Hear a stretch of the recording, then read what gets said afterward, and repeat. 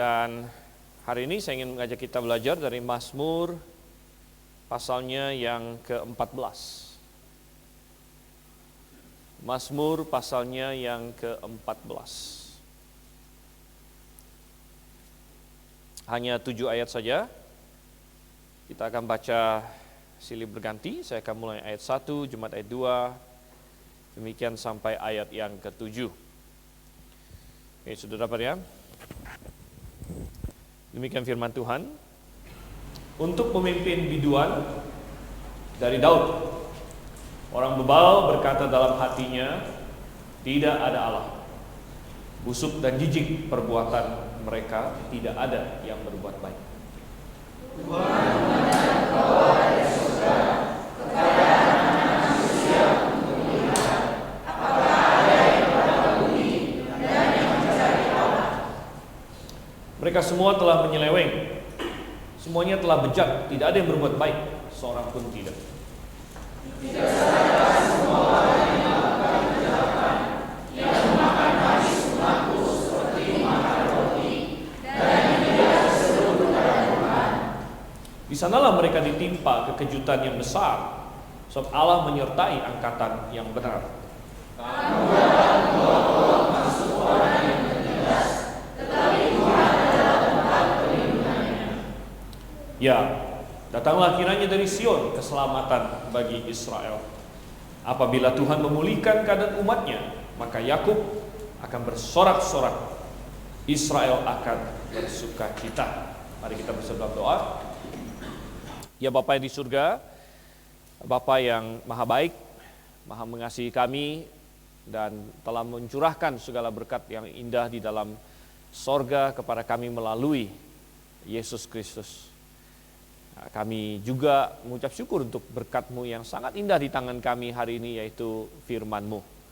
Dan kiranya firman-Mu ini dapat kami pahami, Roh Kudus menerangi hati kami sehingga kami mengerti pelajaran yang Engkau ingin kami dapatkan, dan kami bisa menanamkannya, menyembunyikannya dalam hati kami sehingga itu berbuah dalam kehidupan kami. Terima kasih Tuhan, kami meminta dalam nama Yesus Kristus. Amin. Ya, kita seperti yang Anda tahu, kita masih mempelajari Mazmur. Ternyata Mazmur ada banyak sekali jenis. Ada Mazmur yang merupakan doa, ada Mazmur yang merupakan sejarah, bahkan ada Mazmur yang memang dari awal semacam lagu antara satu orang dengan orang lain dan lain sebagainya. Ada banyak sekali, dan kita sudah berkata bahwa kita tidak akan membahas satu persatu semuanya, bukan karena ada yang tidak penting, ya, semuanya penting sebenarnya, semua Mazmur itu adalah firman Tuhan, tetapi saya hanya khawatir kalau kita bahas satu persatu berarti 150 minggu gitu kan, 150 minggu nanti serinya nggak habis-habis, gitu. Seri nggak habis-habis, nanti ada mahasiswa yang masuk, kita mulai sampai dia tamat belum selesai-selesai, begitu ya, kitab Mazmurnya. Oke. Tapi nggak apa-apa, oleh karena itu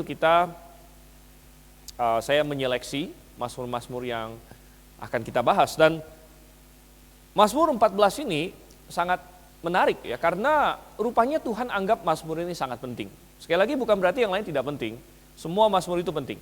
Tapi Tuhan rupanya memberikan sedikit penekanan kepada pengajaran di dalam Mazmur ini. Dari mana kita tahu? Dari mana kita tahu Tuhan memberi penekanan kepada Mazmur ini? Atau pengajaran di dalamnya. Karena rupanya Tuhan catatkan 2 kali dengan Tuhan. Nah, saya ingin ajak kita lihat sebentar, kita buka di dalam Mazmur pasal 53. Dan ternyata Mazmur pasal 53 isinya sangat-sangat mirip. Sangat-sangat mirip dengan Mazmur pasalnya yang ke-14. LAI kasih judul sedikit berbeda. Kalau di LAI saya nggak tahu ya, di LAI yang baru saya belum pakai, walaupun saya sudah dapat, tapi untuk khotbah masih pakai yang lama gitu. LAI kasih judul 14 kebebalan manusia, yang di Mazmur 53 kebobrokan manusia. Tapi kalau Anda telusuri nanti, boleh dibilang kata-katanya itu hampir persis sama. Hampir persis sama antara Mazmur pasal 14 dengan Mazmur pasal yang ke-53. Ya. Memang tidak persis sama karena ada beberapa perbedaan.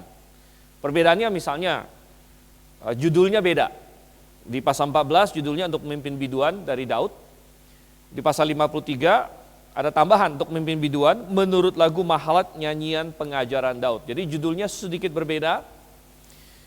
Kemudian perbedaan lain lagi adalah di dalam Mazmur pasal 14, Daud atau penulisnya di sini memakai Jehovah biasanya. Memakai Jehovah seperti di ayat 2. Tuhan, Jehovah di situ. Memandang ke bawah dari sorga.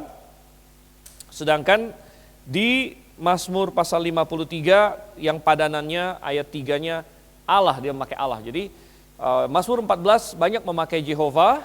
Sedangkan Mazmur pasal 53 Jehovahnya diganti dengan Elohim di sini. Ya, kemudian selain itu ada perbedaan sedikit lagi di ayatnya yang ke-6, di bagian akhir ada sedikit variasi, sedikit perbedaan di situ. Tapi boleh dibilang untuk yang lainnya hampir sama begitu. Hampir sama isi Mazmur pasal 14 dengan Mazmur pasal 53. Dan itu boleh menjadi satu indikasi bahwa Tuhan anggap ini penting. Misalnya Anda baca Alkitab gitu kan, Anda baca sampai Mazmur 14, Anda diingatkan akan sesuatu. Dan rupanya Tuhan tidak ingin kita lupa, sehingga nanti kalau Anda baca-baca lagi sampai ke Mazmur 53 diingatkan lagi, oh iya ada kebenaran ini. Jadi Tuhan catatkan lebih dari satu kali bahkan. Ya. Dan apa yang bisa kita lihat, apa hal yang begitu penting yang Tuhan catatkan dalam dua Mazmur yang sangat mirip satu dengan yang lainnya. Ya, dan saya memberikan judul dari khotbah ini adalah diagnosis dan prognosis manusia dari Allah. Diagnosis dan prognosis manusia dari Allah. Nah, ini bahasa kedokteran. Karena saya latar belakangnya dulu pernah sekolah kedokteran. Ya. Jadi diagnosis dan prognosis manusia dari Allah. Apa itu diagnosis? Diagnosis itu kalau orang sakit, dokter akan diagnosis, dokter akan cek, wah ini sakitnya apa. Nah, kemudian biasa kalau sudah didiagnosis, akan dikasih obat. Oke, kamu sakitnya ini, saya kasih obat ini. Kemudian dokter akan tulis prognosis. Prognosis itu apa? Prognosis itu adalah penilaian dokter tersebut, ujung-ujungnya bakal bagaimana. Begitu. Ujung-ujungnya bakal bagaimana, dia memperkirakan penyakit ini bakal gimana. Nah, baru waktu saya di kedokteran saya tahu prognosis itu ada dua yang utama. Dia bilang prognosisnya malam atau prognosisnya bonam istilahnya. Rupanya ini bahasa Latin ya, nggak tahu. Dokter-dokter suka pakai bahasa Latin. Supaya pasiennya nggak ngerti dia tulis apa. Gitu. Jadi kalau dibilang prognosisnya bonam, itu berarti prognosisnya baik, diperkirakan bakal sembuh. Tapi kalau prognosisnya malam, katanya, ya, itu diperkirakan susah sembuh. Begitu. Nah, ini, jadi dokter akan tulis biasanya diagnosisnya apa, obatnya apa, prognosisnya apa. Gitu. Nah, ternyata Tuhan juga memberikan diagnosis, obat, dan prognosis bagi manusia. Dan apa itu? Kita akan lihat di dalam Mazmur pasalnya yang ke-14 ini. Saya bagi menjadi 4 poin. 4 poin. Semuanya A, jadi 4A. 4A, diagnosis dan prognosis Tuhan bagi manusia. Ya. Apa saja? A yang pertama, Tuhan mengidentifikasi akar permasalahan manusia. Akar permasalahan manusia itu apa? Itu A yang pertama, akar permasalahan manusia. Dan itu ada di ayat yang pertama. Apa itu? Orang bebal berkata dalam hatinya, tidak ada Allah. Orang bebal berkata dalam hatinya, tidak ada Allah. Dengan sama Tuhan. Di dalam Alkitab sebenarnya ada beberapa kata untuk bebal atau bodoh. Gitu ya. Waktu saya mengajar kitab Amsal terutama, itu banyak dipakai. Karena kitab Amsal penuh dengan orang bebal, orang bodoh, lain sebagainya. Ada beberapa kata yang dipakai dan biasanya ada sedikit progresi di situ. Ya. Ada kata bodoh atau bebal yang dari kata peti, artinya orang yang tidak berpengalaman. Ya, kemudian ada kata kesil yang sedikit lebih parah, gitu. Dan ini adalah yang paling parah, yaitu kata naval sebenarnya. Ya, ini akar kata dari ada satu tokoh di Perjanjian Lama, mungkin Anda ingat, satu orang yang namanya Nabal. Ya, nanti orang yang sangat bebal sekali. Nah, ini akar katanya sama dengan itu. Ya. Nah, orang bebal berkata dalam hatinya, tidak ada Allah. Ya, tidak ada Allah. Dan mungkin kalau kita membaca ini, kita terpikir, oh maksudnya adalah ateis. Jadi maksud Tuhan adalah ateis di sini. Ada orang bebal yang berkata dalam hatinya, tidak ada Allah. Dan memang di dunia ini ada lumayan banyak ateis, dan makin lama makin bertambah. Kebetulan di Indonesia dipaksakan beragama, makanya di Indonesia tidak terlalu banyak muncul ateisnya. Ya, tapi kalau misalnya Indonesia memperbolehkan ateis, saya yakin banyak juga ateisnya. Gitu ya. Cuman di Indonesia ini ya KTP-nya semua harus ada agama. Kalau Anda sampai kelurahan bilang, kamu agamanya apa? Ateis. Wah, nggak diizinkan. Atau mungkin Anda dilaporkan polisi, saya nggak tahu lah. Apa gitu ya. Anda harus mengisi kolom agama Anda. Tapi di dunia ini cukup banyak ateis. Cukup banyak ateis. Dan belakangan ini ada namanya New Atheist. Kalau Anda mengikuti kancah peperangan, perdebatan antara ateis lawan Kristen dan sebagainya, ada gelombang baru namanya New Atheist. New Atheist ini adalah ateis yang lebih agresif. Jadi tidak cukup untuk berkata saya nggak percaya Tuhan, orang Kristen jangan nginjilin saya, orang Kristen jangan bersaksi sama saya. Tapi New Atheist ini lebih agresif, dia malah mau menjadikan orang Kristen ateis gitu. Jadi dia kayak semacam penginjilnya ateis, saudara. Wah, ini ya. Penginjil ateis ini suatu istilah yang agak-agak kontradiktif. Ya. Dia jadi penginjil ateis. Jadi ini adalah New Atheist yang agresif. Dan itu mulai banyak. Tokoh-tokoh seperti Richard Dawkins yang sekarang ini, ya, Christopher Hitchens, segala macam, ada banyak. Mereka tulis buku menyerang Tuhan. Ada yang menulis buku God is not great. Ya. Ada filsuf-filsuf, The Death of God, kematian Tuhan, dan lain sebagainya. Ya. Ada banyak di antara mereka dengan argumen-argumennya dan lain sebagainya. Ya. Tetapi Tuhan berkata ini adalah kebebalan. Ini adalah kebebalan. Ini adalah kebodohan. Ya. Karena semua argumen yang mereka mau pakai untuk melawan Tuhan, sebenarnya itu mengasumsikan adanya Tuhan. Misalnya salah satu argumen yang ateis paling senang pakai untuk melawan Tuhan adalah, kalau ada Tuhan, kenapa ada kejahatan di muka bumi ini? Itu yang sering mereka pertanyakan. Kalau ada Tuhan, kenapa banyak orang berbuat jahat? Tapi kita tanya lagi, kalau tidak ada Tuhan, maka tidak ada yang namanya jahat. Kenapa kamu bisa bilang jahat? Oh, itu kan jahat. Ya. Ada orang tusuk orang, jahat itu. Loh, kalau nggak ada Tuhan, kenapa bisa dibilang jahat? Apa standarnya? Kalau tidak ada Tuhan, kenapa harus ada moralitas? Kenapa saya tusuk kamu tidak dianggap sama seperti air jatuh dari air terjun ke bawah? Seperti bola menggelinding. Toh kalau tidak ada Allah maka saya hanyalah sekumpulan daging, seonggok molekul. Tidak bedanya dengan bola atau apa yang bergelindingan ke sana kemari. Kenapa harus ada jahat dan baik kalau begitu? Kalau tidak ada Tuhan, tidak ada jahat dan baik. Yang ada hanya ya terjadi aja begitu. Bahwa kamu menyatakan kejahatan itu berarti ada suatu moralitas. Dan itu sudah mengasumsikan adanya pemberi moral. Jadi ketika ateis berargumen untuk melawan eksistensi Tuhan, sebenarnya mereka sudah harus mengasumsikan adanya Tuhan. Tapi saudara yang kasih Tuhan, ini bukan hanya bicara mengenai ateis secara intelektual. Tetapi ini berbicara mengenai segala jenis penolakan akan Tuhan. Ateis, kata teis, atheos, theos Allah, itu menegasikan, tidak.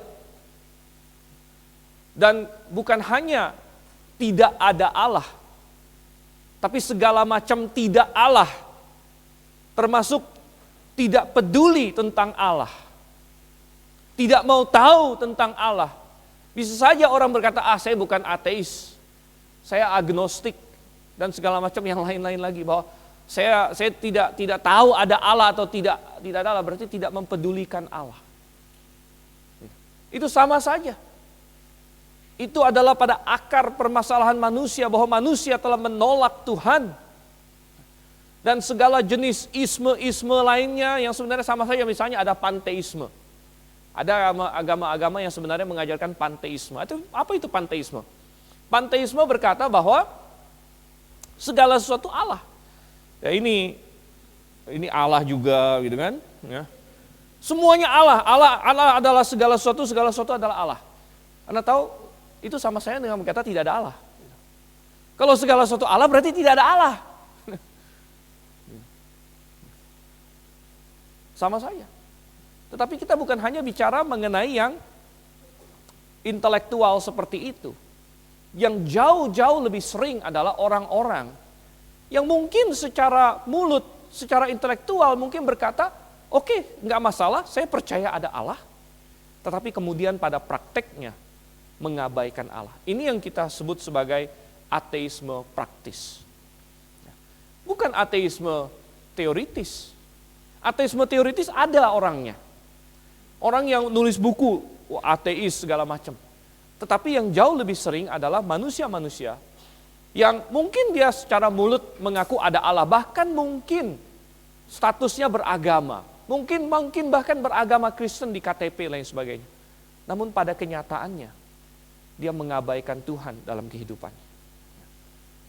Dia mengabaikan Tuhan. Makanya di dalam ayat yang kita baca ini, yang ditekankan adalah bukan apa yang dikatakan dengan mulut. Tapi perhatikan apa dikatakan. Orang bebal berkata dalam hatinya. Orang bebal berkata dalam hatinya. Tidak peduli mulut kamu bilang apa. Mulut kamu berkata oke, ada Tuhan. Tapi dalam hati kamu menegasikan itu dengan tidak mempedulikan dia. Coba kita buka Roma pasal 1, saudara kasih Tuhan. Roma pasal 1, kita lihat di sini dari ayat 18 bagaimana Tuhan membeberkan kejahatan manusia. Sebenarnya ini paralel juga, ada cross reference dengan Mazmur 14 tadi yang kita baca. Saya bacakan Roma 1 ayat 18. Sebab murka Allah nyata dari sorga atas segala kefasikan dan kelaliman manusia yang menindas kebenaran dengan kelaliman.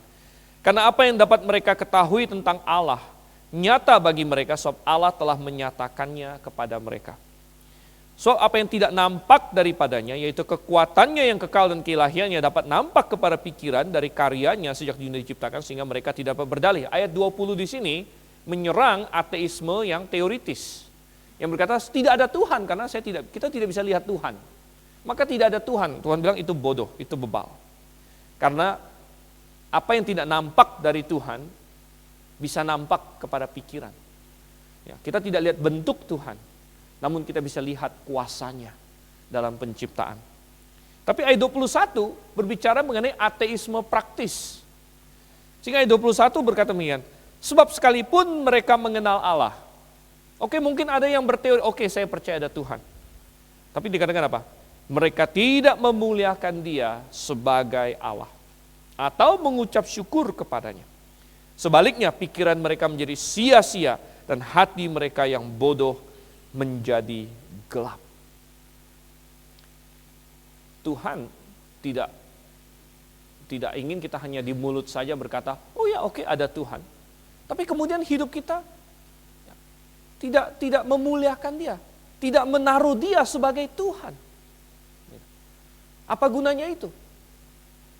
Dan ini membawa kita kembali ke awal, ke Taman Eden. Disitulah letak akar permasalahan manusia. Kita bicara mengenai akar permasalahan. Apakah Adam dan Hawa ateis dalam pengertian teoritis bahwa mereka berkata tidak ada Tuhan? Enggak. Mereka bukan ateis dalam pengertian yang teoritis.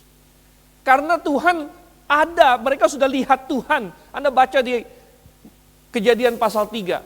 Ketika mereka jatuh dalam dosa, kemudian mereka mendengar langkah Tuhan Allah yang berjalan-jalan pada sore hari di taman. Rupanya itu sudah Tuhan sering lakukan. Jadi Tuhan muncul di hadapan mereka dalam bentuk fisik, dan kita percaya itu adalah Yesus Kristus. Tuhan muncul di hadapan mereka bukan ateis teoritis yang berkata bahwa oh tidak ada Tuhan. Mereka tahu persis ada Tuhan. Tetapi apa yang mereka lakukan? Kemudian iblis berkata, melalui ular. Iblis berkata, kalau kamu makan buah ini, matamu akan terbuka dan kamu akan menjadi seperti Allah. Kamu akan menjadi Allah. Dan saudara yang kasih Tuhan, Allah sebagai pribadi supreme hanya ada satu, hanya bisa ada satu. Hanya Esa. Allah itu hanya bisa Esa per definisi. Sehingga kalau Anda berkata, saya juga Allah, maka Anda sudah meniadakan konsep Allah itu. Anda meniadakan konsep Allah. Dan ketika Adam dan Hawa makan buah itu, mereka tidak memuliakan Allah sebagaimana seharusnya. Mereka menjadi ateis praktis. Ada Allah atau tidak ada Allah, tapi saya tidak memuliakan Dia sebagaimana harusnya. Saya tidak tunduk kepada Dia. Saya tidak menjadikan Dia Allah dalam hidup saya. Ini adalah akar permasalahan manusia, saudara kasih Tuhan. Sehingga coba kita kembali ke dalam Mazmur pasalnya yang ke-14. Mazmur pasal 14. Sesudah kita melihat akar permasalahan, kita akan melihat akibat. Ini A yang kedua. Akibat dari akar permasalahan. Ada akarnya, ada akibatnya. Dan akibatnya adalah kita baca dari ayat 1b sampai dengan ayatnya yang ketiga. Akarnya adalah busuk dan jijik perbuatan akibatnya. Busuk dan jijik perbuatan mereka, tidak ada yang berbuat baik. Tuhan memandang ke bawah dari sorga kepada anak-anak manusia untuk melihat apakah ada yang berakal budi. Dan yang mencari Allah, mereka semua telah menyeleweng, semuanya telah bejat, tidak ada yang berbuat baik. Seorang pun tidak. Akibatnya adalah manusia bobrok di dalam dosa. Karena manusia sudah menentang Tuhan, mulai dari Adam. Maka semenjak itu, semua manusia sudah bobrok di dalam dosa. Oh, saudara yang kasih Tuhan. Banyak orang berpikir bahwa doktrin kebobrokan manusia itu pengajaran Calvinis saja. Oh tidak. Kalau kita pahami dengan benar, Alkitab mengajarkan bahwa manusia sudah jatuh dalam dosa, sudah bobrok di dalam dosa. Itu benar. Hanya saja kita harus pahami dengan Alkitabiah. Tetapi bahwa manusia sudah bobrok dalam dosa diajarkan. Tuhan melihat dari sorga. Ini adalah penilaian Tuhan. Ini adalah diagnosis Tuhan. Tuhan temukan virus awalnya. Dan Tuhan sudah melihat sudah sampai separah apa virus ini menyerang. Virus awalnya adalah menolak Tuhan. Dan sudah mengakar ke seluruh sendi-sendi kehidupan. Alkitab mengajarkan bahwa manusia sudah tercemar oleh dosa dalam segala aspek kehidupannya.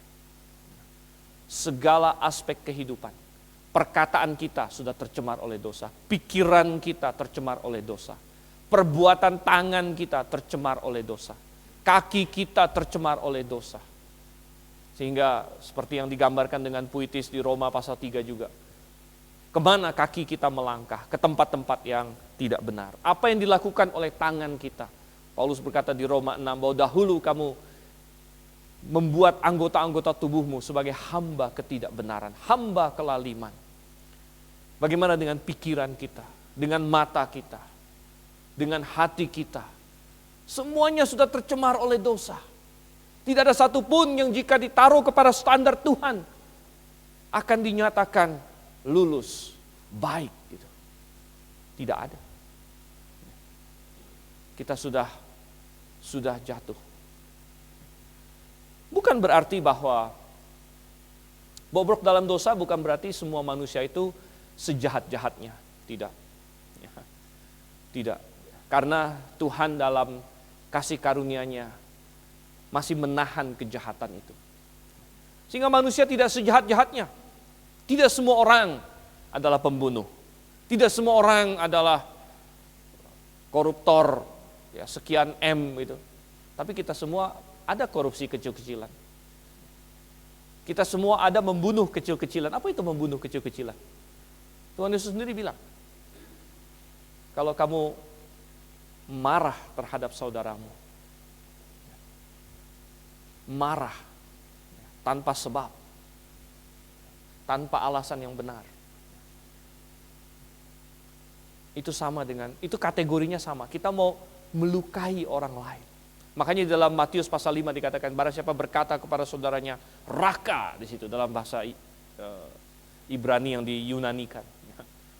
Barang siapa berkata kepada saudaranya raka, barang siapa berkata kepada saudaranya jahil, barang siapa berkata kepada saudaranya, maksudnya apa? Menyerang dengan kata-kata.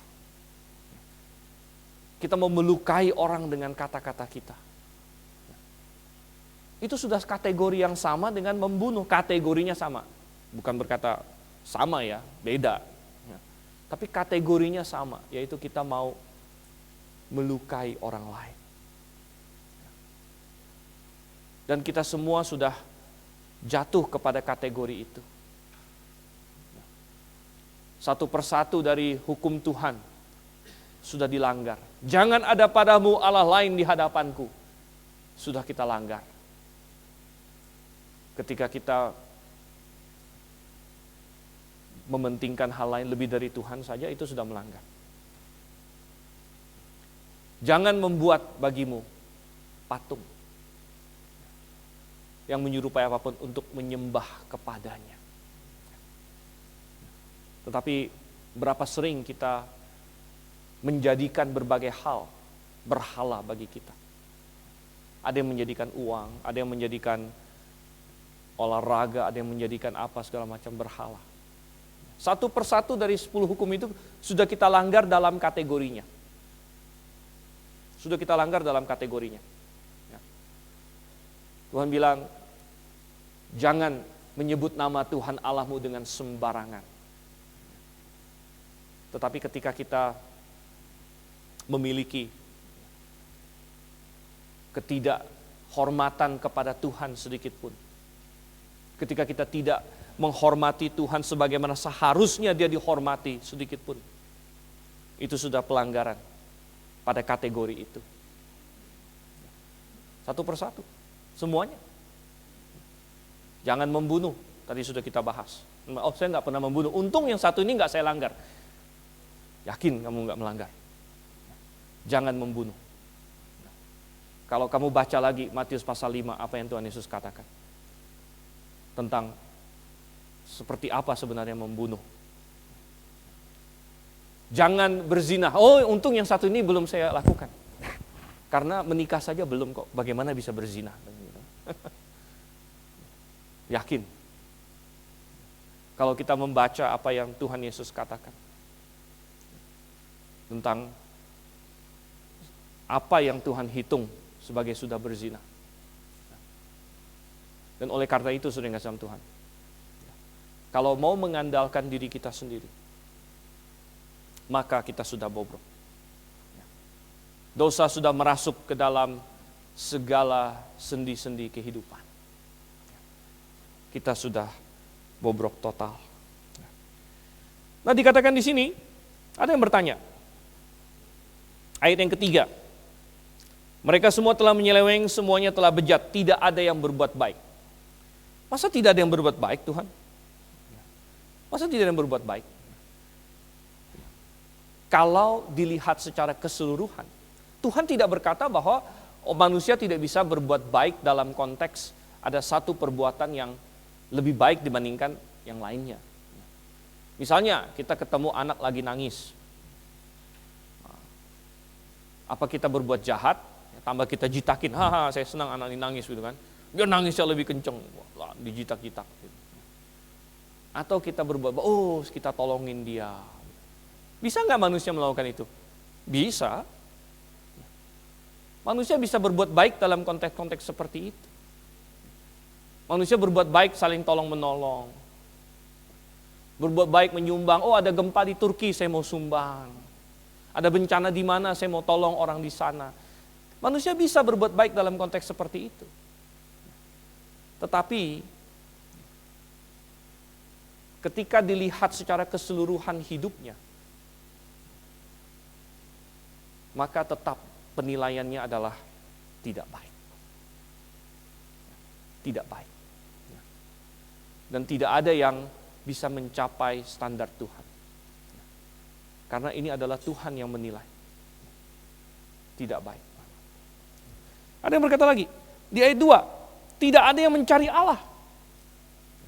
Tidak ada yang mencari Allah. Tetapi di Alkitab kadang-kadang ada orang disebut mencari Allah.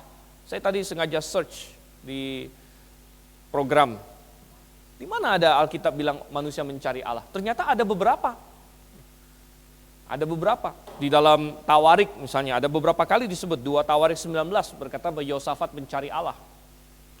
2 Tawarik 30 ayat 19 juga berkata bahwa ada orang-orang Israel yang mencari Allah. Lalu kenapa di sini dikatakan tidak ada yang mencari Allah? Tidak ada yang mencari Allah katanya. Kok Alkitab bilang ada yang mencari Allah? Kok di sini bilang tidak ada yang mencari Allah? Maka kita harus lihat, mau dilihat dari standar siapa? Itu nomor satu jawaban pertama. Mau dilihat dari standar siapa dulu? Standarnya Tuhan atau standarnya manusia? Standarnya manusia seolah-olah si A sudah lebih baik dari B karena yang A ini lebih mencari Allah dari B. Tapi dari standar Tuhan, ini belum sama sekali. Belum. Sama seperti misalnya orang berkata, seseorang berkata, saya mengasihi dia. Tapi yang satu itu berkata, enggak, saya enggak. Menurut saya kamu enggak mengasihi saya. Standarnya siapa dulu?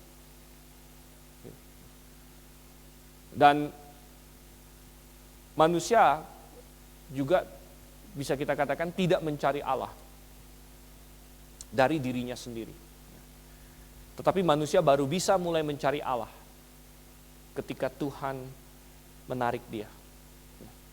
Ketika Tuhan menunjukkan kepada dia, menyingkapkan sesuatu kepada dia, memberi terang kepadanya.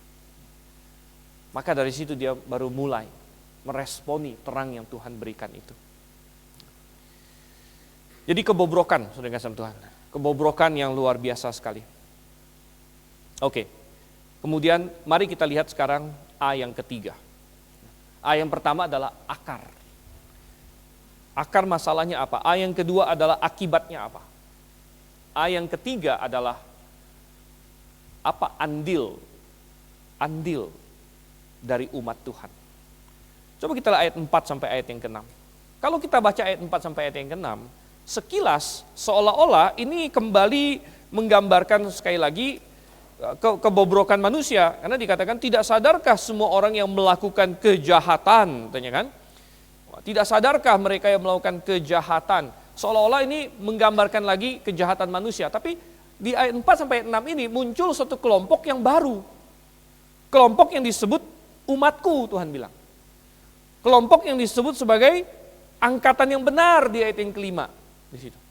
Oh, ternyata ada kelompok yang berbeda rupanya. Ada manusia yang sudah bobrok dalam dosa, tetapi sekarang ada suatu kelompok yang berbeda. Kelompok yang disebut umatku. Tuhan bilang umatku. Umatku berarti bukan lagi yang menentang Tuhan. Bukan lagi yang berkata tidak ada Allah. Yang tidak memuliakan Tuhan, tapi umatku berarti orang-orang yang sekarang sudah dalam perdamaian dengan Tuhan. Yang sudah dalam shalom dengan Tuhan. Dalam suatu kekomplitan dengan Tuhan. Dan umatnya ini adalah orang-orang yang sudah dibenarkan oleh Tuhan. Makanya dikatakan angkatan yang benar. Dan kita yang hidup di perjanjian baru sekarang sudah bisa melihatnya dengan kacamata yang jauh-jauh lebih jelas. Karena kita sudah tahu bagaimana caranya Tuhan bisa membenarkan manusia. Bagaimana caranya Tuhan bisa mendamaikan manusia. Itu melalui Yesus Kristus. Bahwa Yesus datang sebagai perwakilan manusia. Seperti Adam pertama di Taman Eden mewakili manusia. Dan kita semua ikut jatuh ketika Adam jatuh. Semua umat manusia ikut jatuh bersama dengan dia. Sehingga diperlukan ada manusia lain yang bisa melakukan yang benar, dan itu adalah Yesus Kristus. Dan Yesus datang. Dan dia bergumul juga di sebuah taman, saudara yang kasih Tuhan, bukan Taman Eden, tapi dia bergumul juga di Taman Getsemani. Dan di Taman Getsemani itu sama seperti dengan Adam. Ada suatu cobaan kepada dia. Cobaan itu juga melibatkan suatu pohon, tapi bukan pohon pengetahuan yang melihat, ini pohon Golgota. Seringkali dalam Alkitab, terutama bahasa Inggris, salib diterjemahkan the tree, pohon, ya, karena rupanya memang salib itu dibuat dari kayu yang diambil dari sebuah pohon. Jadi sering disebut hanging on the tree, digantung di atas kayu salib. Dan seperti Adam dan Hawa di bawah bayangan pohon pengetahuan yang baik dan jahat. Dan harus memilih. Demikianlah Yesus Kristus di bawah bayang-bayang kayu salib. Dan dia juga memilih. Tapi dia melakukan yang benar. Dia melakukan yang benar sehingga dia terbukti benar. Dan ketika dia terbukti benar, maka semua yang ada di dalam dia akan menjadi benar. Sama seperti semua yang ada di dalam Adam dihitung salah. Maka semua yang ada di dalam Kristus dihitung benar. Dan berdamai dengan Allah. Dan Tuhan berkata, barang siapa yang mau bertobat dan percaya kepadaku, maka dia akan terhitung di dalam Kristus. Di dalam Kristus. Sama seperti waktu kita lahir secara fisik. Itu sudah membuktikan bahwa kita di dalam Adam. Di dalam Adam, saudara. Tuhan kasih ilustrasi di Ibrani. Tuhan bilang, masih ingat gak? Lewi, waktu itu masih di dalam Abraham, katanya. Lewi masih di dalam Abraham, waktu Abraham kasih perpuluhan kepada Melkisedek. Sehingga bisa dihitung, Tuhan bilang, bahwa Lewi sebenarnya sudah memberikan persepuluhan juga kepada Melkisedek. Secara posisional. Memang secara pribadi tidak, karena dia belum eksis. Tapi dia ada di dalam Abraham. Kita tidak perlu pelajaran biologi ya, bagaimana anak-anak bisa muncul gitu kan. Ada banyak anak-anak juga di sini. Tapi di dalam diri manusia, laki-laki dan perempuan, ada benih. Dan kita semua ini kan dari benih orang tua kita. Orang tua kita dari benih orang tuanya. Dari Adam dan selanjutnya. Waktu kita lahir secara fisik, itu membuktikan, oh kamu ini dari Adam. Kamu ada di dalam Adam. Kamu ada di dalam orang tua kamu ada di dalam orang tuanya lagi. Sampai kepada kita ada di dalam Adam. Saya orang yang di dalam Adam kalau begitu. Dengan segala kelemahannya. Dan akan binasa. Bagaimana caranya supaya saya bisa berada di dalam Kristus? Satu-satunya cara adalah lahir satu kali lagi. Makanya Tuhan Yesus bilang pada Nikodemus, Kalau kamu tidak dilahirkan kembali, kamu tidak bisa melihat kerajaan Allah. Karena kalau kamu cuma lahir satu kali, status kamu tetap, kamu adalah punya Adam. Kamu dari sisinya Adam, kamu ada dalam Adam, kamu orang berdosa. Tetapi kalau kamu lahir lagi, sampai Nikodemus bingung, mana caranya lahir lagi? Mungkin mamanya sudah meninggal, saya nggak tahu juga. Mungkin belum. Bagaimana caranya? Saya harus masuk lagi, kepala saya udah lebih besar. Masuk lagi ke rahim ibu saya. Tidak. Tapi lahir baru. Dengan roh, Tuhan bilang. Kamu lahir lagi melalui iman percaya. Ada umat Tuhan. Oh, umat Tuhan. Dan saudara, kalau Anda sudah percaya kepada Yesus, Anda adalah umatnya, angkatan yang benar. Kalau Anda belum, Anda masih termasuk yang tadi. Yang berkata dalam hatinya, tidak ada Allah. Mungkin ada benar, tapi saya percaya kok ada Allah. Tapi kamu tidak memuliakan dia sebagaimana seharusnya. Dan kamu bobrok dalam dosa. Kita semua tadinya bobrok dalam dosa. Tetapi saudara kasih Tuhan, kalau kamu mau menerima dia, kamu menjadi umatnya. Kamu menjadi angkatan orang benar. Dibenarkan oleh Yesus Kristus. Dan Tuhan tidak langsung angkat kita ke sorga. Tuhan tetap taruh kita di dunia supaya apa? Supaya kita menjadi perbandingan dengan orang-orang yang tadi menentang Tuhan. Kita menjadi kontras. Ini loh, ini umatku. Dan melalui umatnya lah Tuhan mau menarik supaya semakin banyak orang yang tadinya menentang Tuhan itu mau masuk ke dalam golongan yang baru ini, yang adalah umatnya ini. Karena umatnya ini akan berdiri berbeda. Umatnya ini memuliakan Tuhan, sementara yang satu ini menolak Tuhan. Tapi saudara kasih Tuhan, ketika ada kontras seperti itu, maka reaksi dunia hanya ada dua kemungkinan. Ketika dunia yang menolak Tuhan dalam kegelapan, kebobrokan mereka, diperhadapkan kepada umat Tuhan yang real, umat Tuhan yang bersaksi, umat Tuhan yang bersinar, maka hanya ada dua kemungkinan. Yaitu di ayat yang keempat. Tidak sadarkah semua orang yang melakukan kejahatan, yang memakan habis umatku seperti memakan roti? Ini kemungkinan pertama. Ketika dunia melihat orang yang di dalam Tuhan, yang bersinar terang, dia tidak suka terang itu. Karena terang itu menunjukkan kebobrokan dirinya. Maka dia akan memakan habis, dia akan mencoba menghancurkan. Atau pilihan kedua, di ayat yang keempat, dan yang tidak berseru kepada Tuhan. Pilihan kedua sebenarnya mereka bisa berseru kepada Tuhan. Mereka bisa melihat contoh, rupanya ada orang yang sudah dibenarkan dengan Tuhan. Itu adalah fungsi kita. Fungsi kita kenapa Tuhan tidak langsung angkat kita ke sorga, supaya di dunia ini ada contoh bagi dunia ini loh orang yang sudah dibenarkan dengan Tuhan itu seperti apa.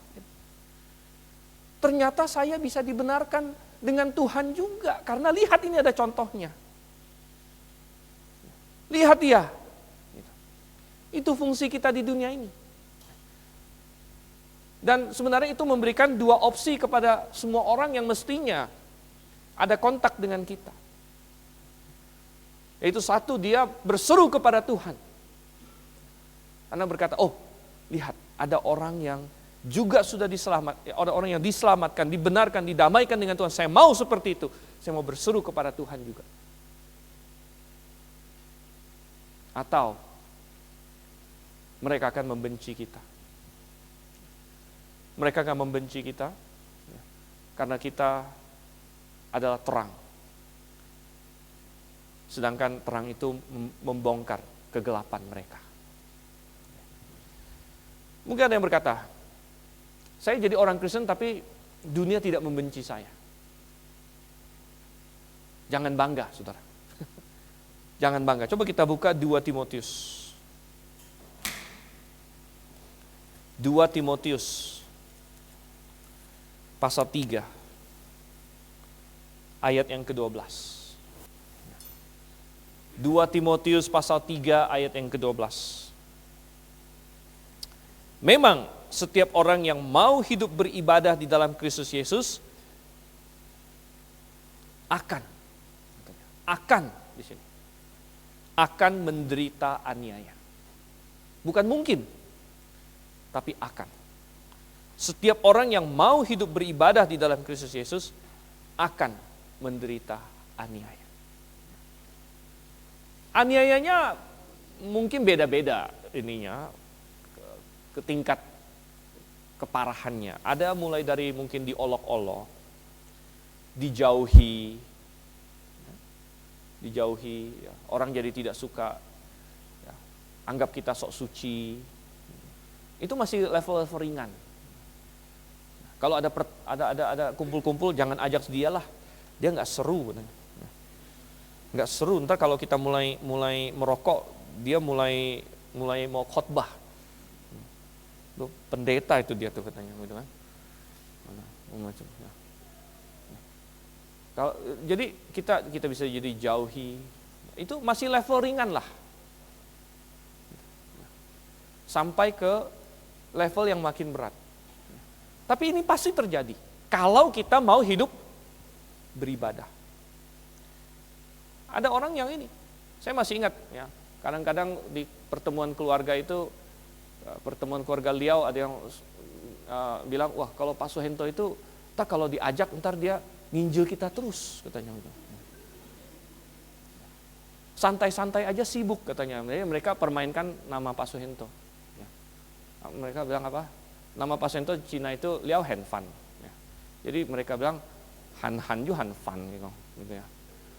Jadi maksudnya orang lagi santai pertemuan keluarga, dia sibuk gitu, sibuk nginjilin orang gitu.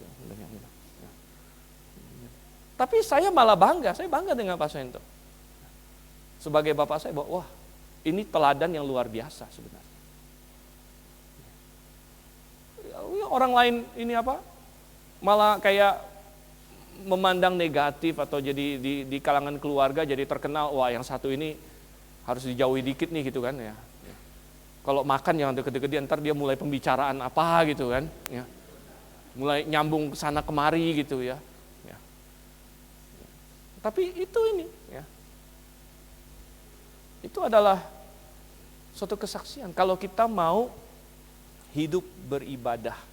Nah, kita nggak usah alergi dengan kata beribadah. Ibadah di sini bukan artinya kebaktian, saudara. Bukan kebaktian saja. Gitu. Hidup beribadah berarti apa?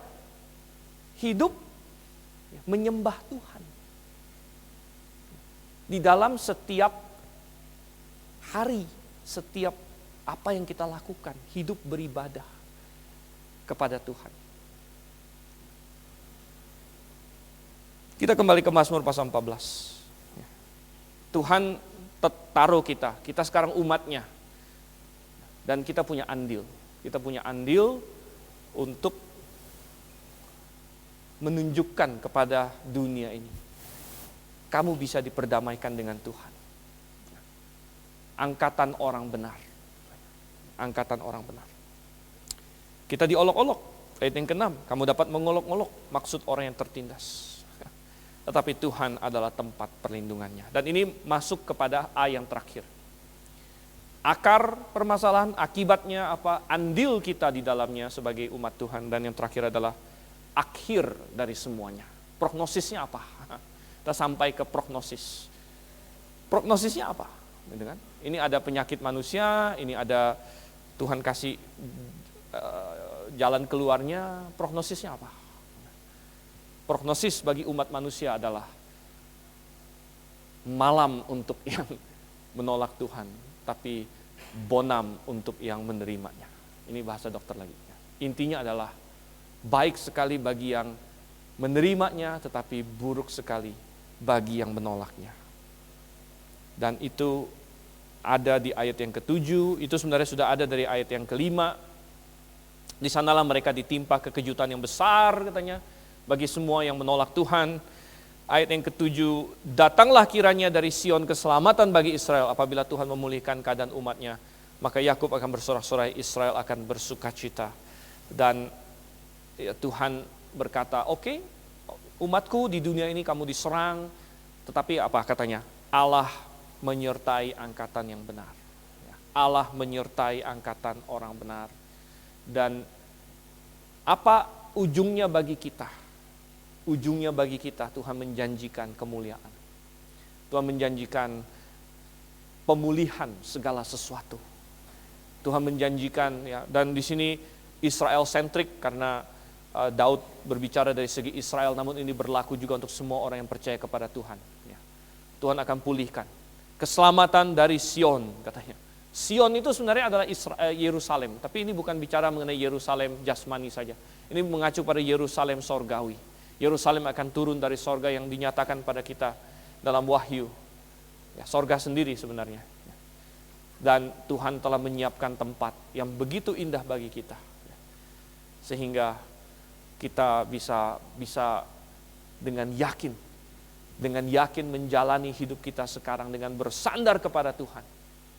Karena kita diberikan suatu prognosis yang begitu baik, suatu pengharapan yang begitu baik. Bahwa ya, satu, untuk hari ini saja Tuhan beserta dengan kita. Tuhan bukan hanya janji-janji, oke, kamu akan dapat begini, tapi sekarang terserah kamu ya. Enggak. Tuhan enggak tinggalkan kita di dunia sekarang ini. Di dunia yang sekarang ini pun Tuhan beserta dengan kita. Setiap langkahnya. Karena kadang-kadang ketika kita sedang sakit, kadang-kadang ketika kita sedang bukan hanya sakit fisik, sakit hati, sakit menderita, segala macam, kita enggak kepikiran. Kadang-kadang kerajaan 1000 tahun, kita belum mikir itu. Kita mikir sekarang Tuhan aku sedang sakit, sekarang aku sedang memerlukan. Tapi Anda tahu, Tuhan juga beserta dengan kita saat ini juga. Bukan hanya nanti. Tuhan sekarang ini bersama dengan kita. Saat kita sedang kena diagnosis penyakit mematikan, saat kita sedang ditimpa masalah, Tuhan berjanji, Dia bersama dengan kita saat ini juga. Plus, semua janjinya tentang masa depan tetap berlaku. Oleh karena itu janji Tuhan pada murid-muridnya adalah, kamu yang telah meninggalkan ayah, ibu, ya, pasangan, anak, harta, segala macam, demi aku akan menerima berapa? 100 kali lipat, bukan di akhirat. 100 kali lipat di mana? Di dunia ini, saat ini juga. Kalau di sorga mah nggak cukup 100 kali lipat. Di sorga mah nggak bisa ada hitungannya. Tapi Tuhan berjanji, di dunia ini juga, aku akan menyertai engkau. Plus, nanti. Jadi betapa indahnya. Mari kita berdoa.